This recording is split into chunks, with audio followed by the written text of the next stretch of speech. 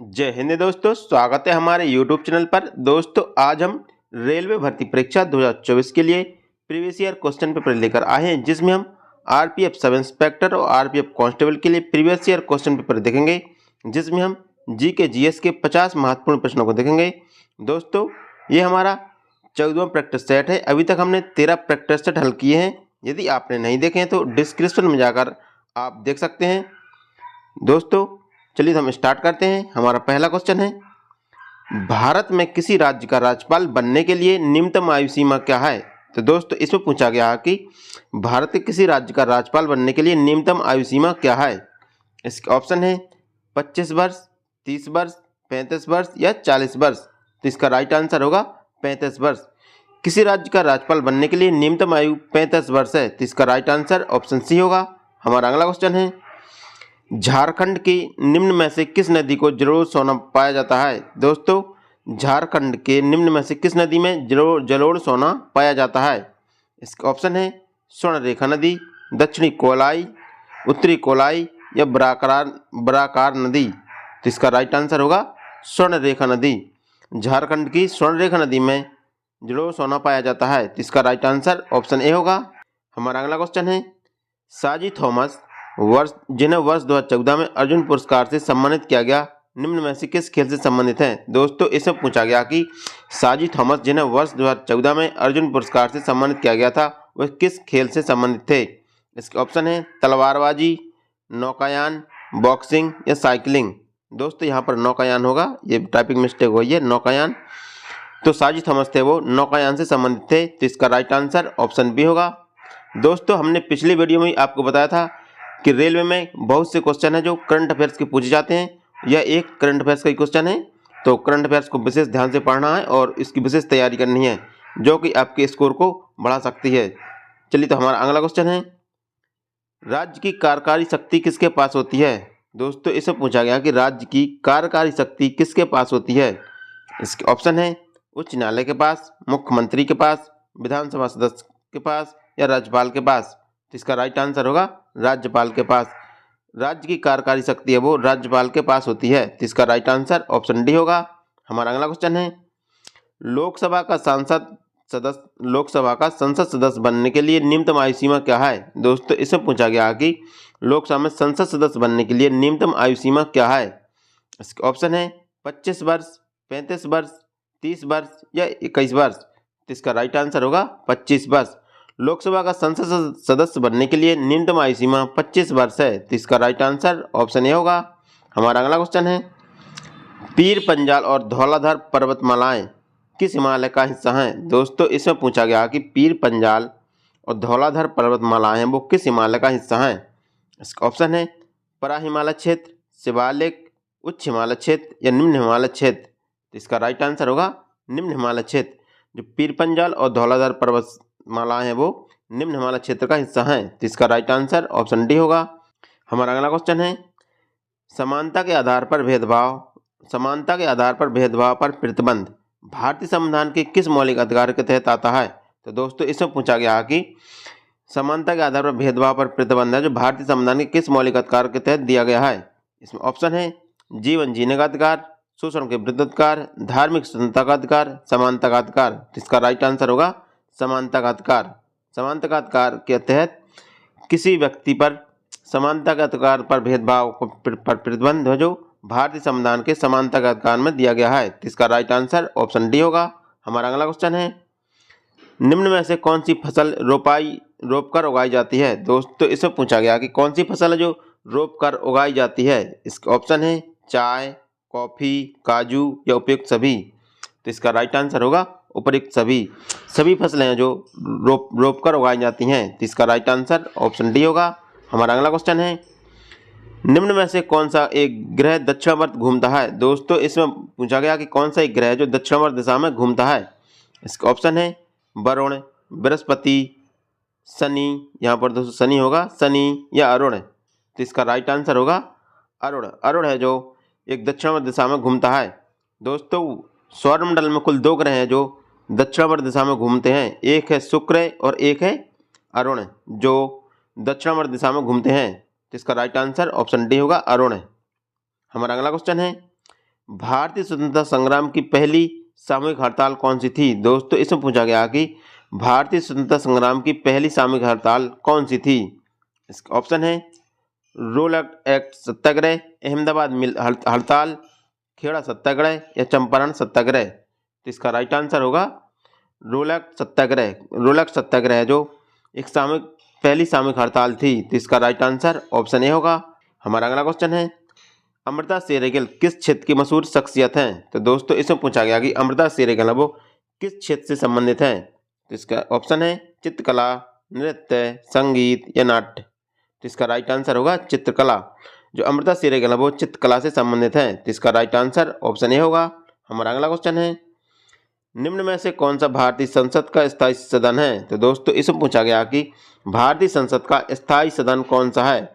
इसका ऑप्शन है लोकसभा, विधान परिषद, विधानसभा या राज्यसभा। तो इसका राइट आंसर होगा राज्यसभा। भारतीय संसद का स्थायी सदस्य जो राज्यसभा है। दोस्तों राज्यसभा के सदस्यों का कार्यकाल 6 वर्ष का होता है और राज्यसभा से प्रतिवर्ष 1/3 सदस्य निर्वाचित किए जाते हैं। तो इसका राइट आंसर ऑप्शन डी होगा। हमारा अगला क्वेश्चन है आत्महत्या की थैली के नाम से किस कोशिकांग को जाना जाता है? दोस्तों इसे पूछा गया है कि आत्महत्या की थैली के नाम से किस कोशिकांग को जाना जाता है? इसका ऑप्शन है राइबोसोम, लाइसोसोम। दोस्तों यहाँ पर लाइसोसोम होगा, ये मिस्टेक होगा टाइपिंग में, लाइसोसोम, लाइसोसोम, सेंट्रिसोम या साइटोप्लाज्मा। तो इसका राइट आंसर होगा लाइसोसोम। लाइसोसोम को आत्महत्या की थैली के नाम से जाना जाता है। तो इसका राइट आंसर ऑप्शन बी होगा लाइसोसोम। हमारा अगला क्वेश्चन है अंतःस्रावी ग्रंथियां से क्या स्रावित होता है? दोस्तों इसे पूछा गया कि अंतःस्रावी ग्रंथियों से क्या स्रावित होता है? इसका ऑप्शन है प्लाजिडस, एंजाइम, ईस्ट या हार्मोन्स। तो इसका राइट आंसर होगा हार्मोन्स। अंतःस्रावी ग्रंथियों से हार्मोन्स स्रावित होता है। तो इसका राइट आंसर ऑप्शन डी होगा। हमारा अगला क्वेश्चन है भारतीय क्रिकेट के जनक कौन है? दोस्तों इसे पूछा गया कि भारतीय क्रिकेट के जनक कौन है? इसका ऑप्शन है विजय हजारे, निजाम उल मुल्क, रणजीत सिंह जी या देवधर। तो इसका राइट आंसर होगा रणजीत सिंह जी। भारतीय क्रिकेट के जनक हैं जो रणजीत सिंह हैं। तो इसका राइट आंसर ऑप्शन सी होगा। हमारा अगला क्वेश्चन है निम्न में से कौन सी ग्रंथि इंसुलिन पैदा करती है? दोस्तों इसे पूछा गया कि कौन सी ग्रंथि है जो इंसुलिन पैदा करती है? इसका ऑप्शन है यकृत या लीवर, अधिवक्र ग्रंथि, अग्न्याशय या थायराइड। तो इसका राइट आंसर होगा अग्न्याशय। अग्न्याशय से इंसुलिन स्रावित होता है या इंसुलिन पैदा करता है। तो इसका राइट आंसर ऑप्शन सी होगा।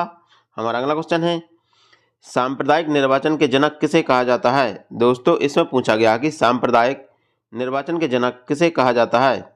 इसका ऑप्शन है Lord Chelmsford, Lord Minto, Lord Morley या लॉर्ड मोंटेग। तो इसका राइट आंसर होगा लॉर्ड मिंटो। लॉर्ड मिंटो को सांप्रदायिक निर्वाचन के जनक कहा जाता है। तो इसका राइट आंसर ऑप्शन बी होगा। हमारा अगला क्वेश्चन है भारत का राष्ट्रीय गान कब अपनाया गया? दोस्तों इसे पूछा गया कि भारत में राष्ट्रीय गान है जो कब अपनाया गया था?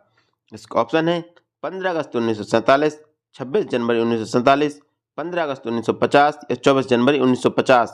तो इसका राइट आंसर होगा 24 जनवरी 1950 को भारत में राष्ट्रीय गान अपनाया गया था। तो इसका राइट आंसर ऑप्शन डी होगा। हमारा अगला क्वेश्चन है निम्न में से किस हड़प्पा स्थल में गोदी या डाकयार्ड थी? दोस्तों इससे पूछा गया किस हड़प्पा स्थल में गोदी या डाकयार्ड थी? दोस्तों यहाँ पर गोदी से मतलब है बंदरगाह था। तो इसका ऑप्शन है धौलावीर, लोथल या कालीबंगा या बनवाली। तो इसका राइट आंसर होगा लोथल। लोथल एक प्रमुख बंदरगाह था। तो इसका राइट आंसर ऑप्शन बी होगा। लोथल गुजरात में स्थित है। कहाँ पर? गुजरात में स्थित है। हमारा अगला क्वेश्चन है मसौदा समिति के अध्यक्ष कौन थे? तो दोस्तों इसमें पूछा गया कि मसौदा समिति के अध्यक्ष कौन थे? इसका ऑप्शन है BR अम्बेडकर, जवाहरलाल नेहरू, राजेंद्र प्रसाद या KM मुंशी। तो इसका राइट आंसर होगा BR अम्बेडकर। मसौदा समिति के अध्यक्ष डॉक्टर BR अम्बेडकर थे। तो इसका राइट आंसर ऑप्शन ए होगा। हमारा अगला क्वेश्चन है स्लाइडिंग घर्षण स्थैतिक घर्षण से होता है। दोस्तों इससे पूछा गया कि जो स्लाइडिंग घर्षण है वो स्थैतिक घर्षण से कैसा होता है? इसका ऑप्शन है जितना ही, अधिक, लंबवत या छोटा। तो इसका राइट आंसर होगा छोटा। जो स्लाइडिंग घर्षण है वो स्थैतिक घर्षण से छोटा होता है। तो इसका राइट आंसर ऑप्शन डी होगा। हमारा अगला क्वेश्चन है योग अभ्यास में मछली की मुद्रा को क्या कहते हैं? दोस्तों इसमें पूछा गया कि योग अभ्यास में मछली की मुद्रा को क्या कहते हैं? मत्स्यासन, सिंहासन, पद्मासन या धुरासन? तो इसका राइट आंसर होगा मत्स्यासन। योगासन मछली की मुद्रा को मत्स्यासन कहते हैं, तो इसका राइट आंसर ऑप्शन ए होगा।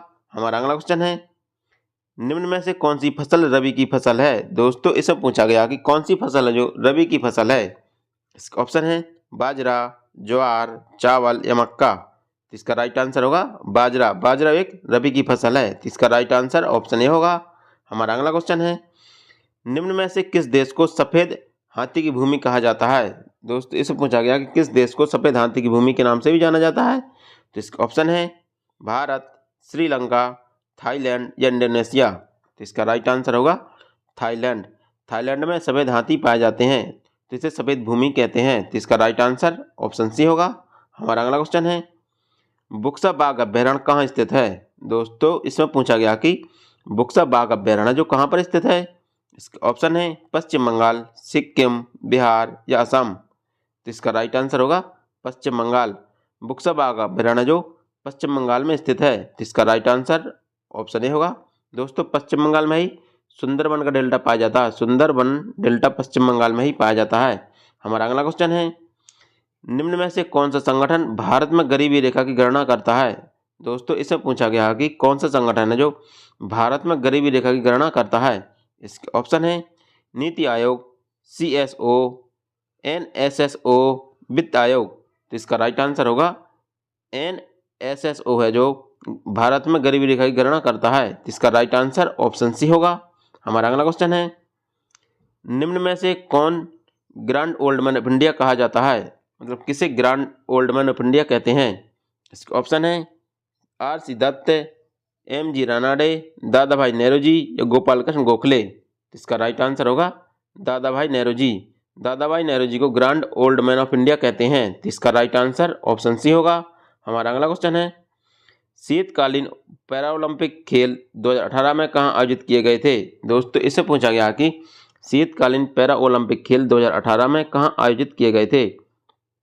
इसके ऑप्शन हैं ऑस्ट्रेलिया, कनाडा, रूस या दक्षिण कोरिया? तो इसका राइट आंसर होगा ऑस्ट्रेलिया। शीतकालीन पैरा ओलंपिक खेल 2018 में ऑस्ट्रेलिया में आयोजित किए गए थे। तो इसका राइट आंसर ऑप्शन ए होगा। दोस्तों यह भी एक करंट का क्वेश्चन है, तो मैं आपको बार बार कह रहा हूँ कि करंट की विशेष तैयारी करें जो आपके स्कोर को बढ़ा सकती है। हमारा अगला क्वेश्चन है, करारा स्टेडियम कहाँ स्थित है? दोस्तों इसमें पूछा गया कि करारा स्टेडियम कहाँ पर स्थित है। इसके ऑप्शन है USA, ऑस्ट्रेलिया, चीन या कनाडा? तो इसका राइट आंसर होगा ऑस्ट्रेलिया। जो करारा स्टेडियम है वो ऑस्ट्रेलिया में स्थित है। तो इसका राइट आंसर ऑप्शन बी होगा। हमारा अगला क्वेश्चन है, भारत में पोर्टफोलियो प्रणाली प्रथमतः किसने प्रारंभ की? दोस्तों इससे पूछा गया कि भारत में पोर्टफोलियो प्रणाली सर्वप्रथम किसने प्रारंभ की। इसके ऑप्शन है Lord William Bentinck, Lord Canning, Lord Mayo या लॉर्ड वेलेस्ली? तो इसका राइट आंसर होगा लॉर्ड कैनिंग। भारत में पोर्टफोलियो प्रणाली सर्वप्रथम लॉर्ड कैनिंग के द्वारा प्रारंभ की गई थी। तो इसका राइट आंसर ऑप्शन बी होगा। हमारा अगला क्वेश्चन है, दोस्तों यह हमारा अंतिम क्वेश्चन है और इसका जवाब आपको कमेंट बॉक्स में देना है। तो हमारा क्वेश्चन है, परमाणु भौतिकी शास्त्र के जनक किसे कहा जाता है? दोस्तों इसमें पूछा गया कि परमाणु भौतिकी शास्त्र के जनक किसे कहा जाता है। दोस्तों इसका आंसर आपको कमेंट बॉक्स में देना है। इसके ऑप्शन है Niels Bohr, Ernest Rutherford, J.J. Thomson या चैडविक? तो कौन सा इसका राइट आंसर होगा, इसका जवाब आपको कमेंट बॉक्स में देना है।